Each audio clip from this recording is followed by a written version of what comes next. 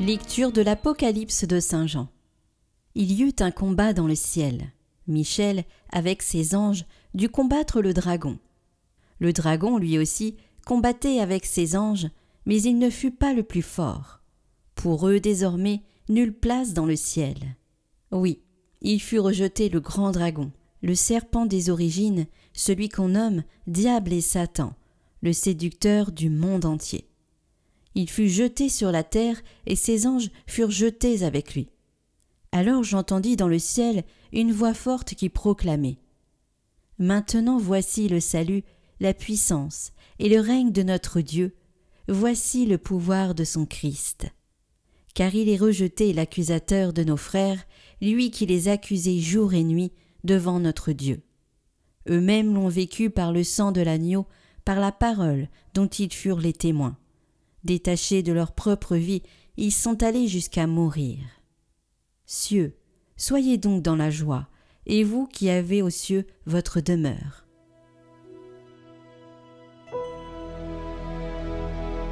Je t'ai chanté, Seigneur, en présence des anges.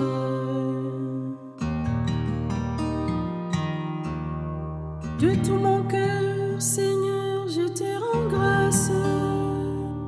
Tu as entendu les paroles de ma bouche. Je te chante en présence des anges. Vers ton temple sacré, je me prosterne. J'y rends grâce à ton nom pour ton amour et ta vérité. Car tu élèves au-dessus de tout ton nom et ta parole. Le jour où tu répondis à mon appel, tu fis grandir en mon âme ta force.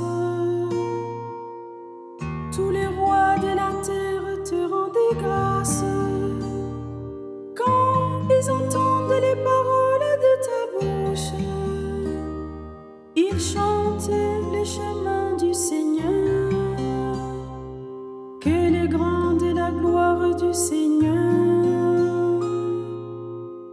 Ta droite me rend vainqueur.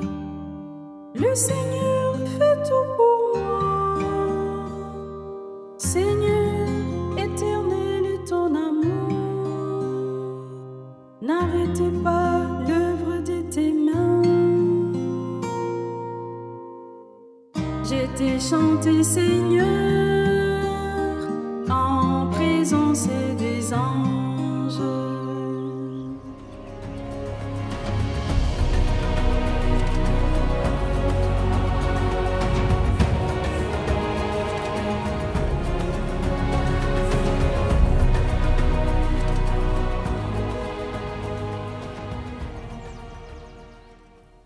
Évangile de Jésus-Christ selon saint Jean.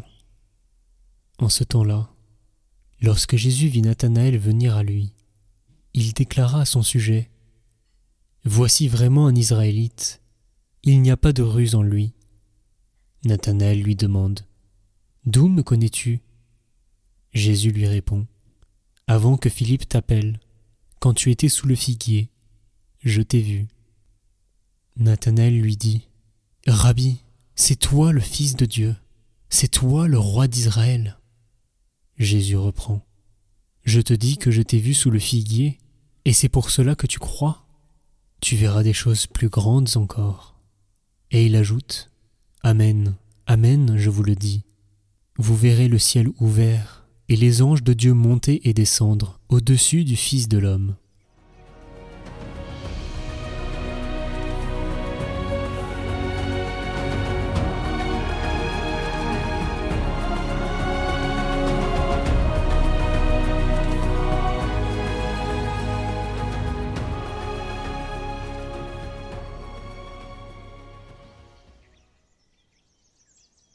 Quelle chance pour Tobie, pour Zacharie, pour la Vierge Marie d'avoir pu recevoir la visite et l'aide des archanges. Comme nous aimerions nous aussi les accueillir et discuter avec ces êtres incroyables. Ce serait aussi le signe que notre vie va devenir palpitante, remplie de bénédictions et de grâces. et personne n'a envie d'avoir une vie morne. Disons-le tout d'abord, notre vie spirituelle n'est pas mesurée par nos expériences mystiques et sensibles. La vie spirituelle repose sur les vertus de foi, d'espérance et de charité. Or, la foi, c'est croire en Dieu, avoir confiance dans sa parole et dans ses œuvres, alors que nous ne le percevons pas directement. Si certains ont eu l'occasion de côtoyer les êtres angéliques, c'est d'abord parce que le Seigneur avait donné mission à ses anges de se manifester. Nous le disons dans le credo, le Seigneur est le créateur de l'univers visible et invisible. Si Dieu a voulu que nous soyons dans le monde matériel et que les anges soient pur esprit dans le monde invisible, cela vient de sa volonté divine.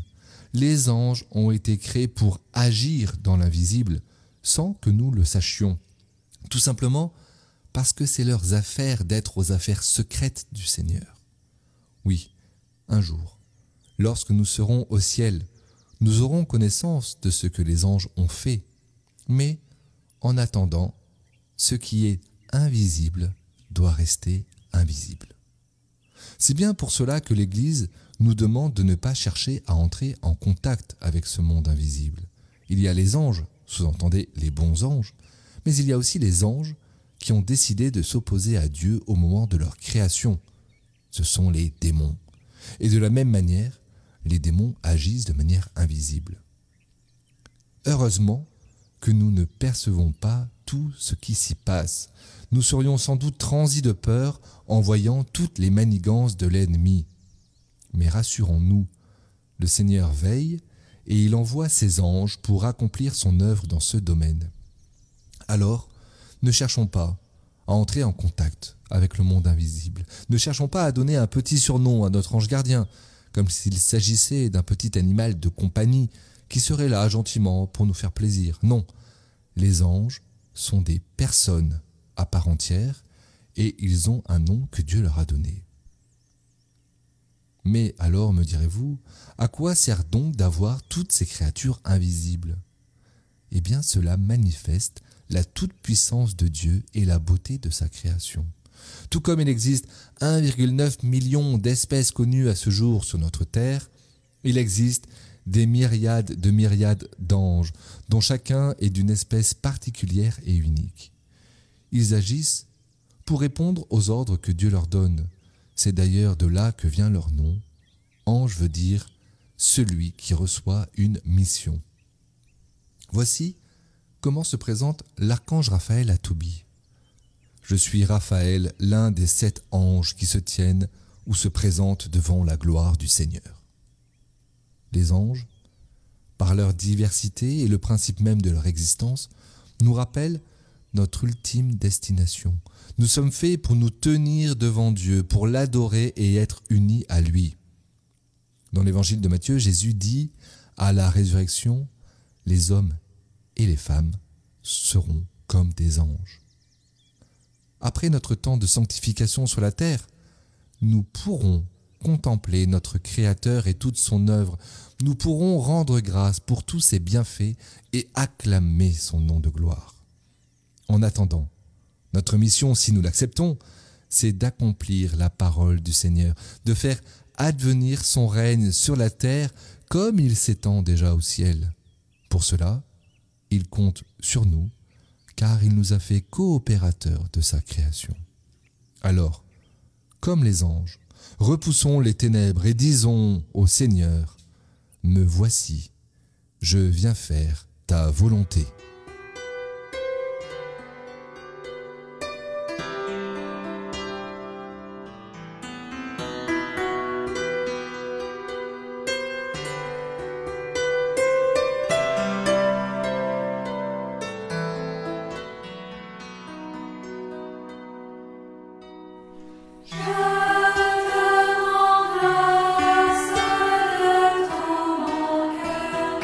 Tu as entendu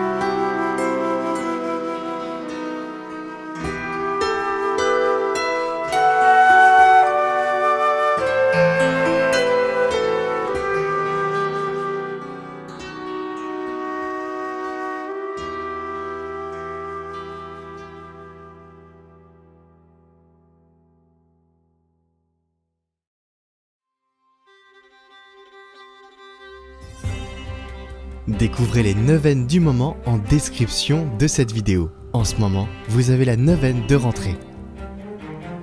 Et aussi la neuvaine à Saint-Michel-Archange et celle aux 3 archanges, mais aussi la neuvaine à Sainte-Thérèse de Lisieux, toujours en description.